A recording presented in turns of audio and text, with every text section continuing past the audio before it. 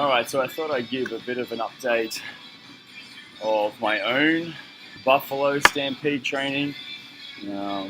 So it's now Friday the 18th of January, and I've got just over 12 weeks to prep and get myself sorted for a 75 kilometer run, hike, whatever pretty much the body's going to be able to do to get myself to the end, right? So at the moment I am legitimately sitting on the treadmill at 15 incline at a heart rate of 135. I'm looking about a speed of anywhere between 5 and 6. Again, just depends on my heart rate. So what the next 12 weeks for me is going to look like is about 7 to 8 weeks more of this. I'm going to start adding a little bit more load and a little bit more preload. So what I mean by that is doing some resistance training before I actually start my length and my volume sort of endurance kind of sessions.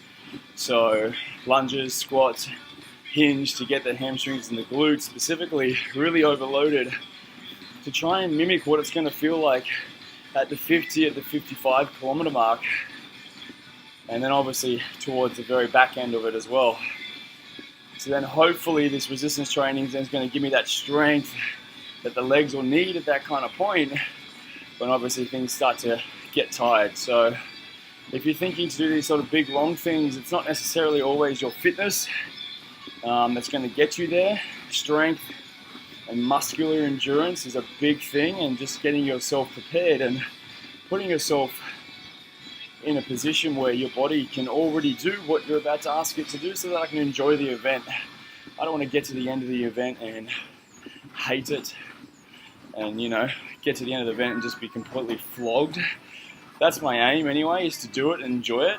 So that's the next 7 to 8 weeks. Is really slow, a little bit heavier, and going for a little bit more of that strength kind of muscular training to get them prepped. Now from about the 8th to pretty much the 10 and the 11 week mark, considering I've got 12 weeks to go, that's when I'm going to do a whole stack less of volume, meaning my training time that I'm doing is considerably less, but my intensity considerably goes up.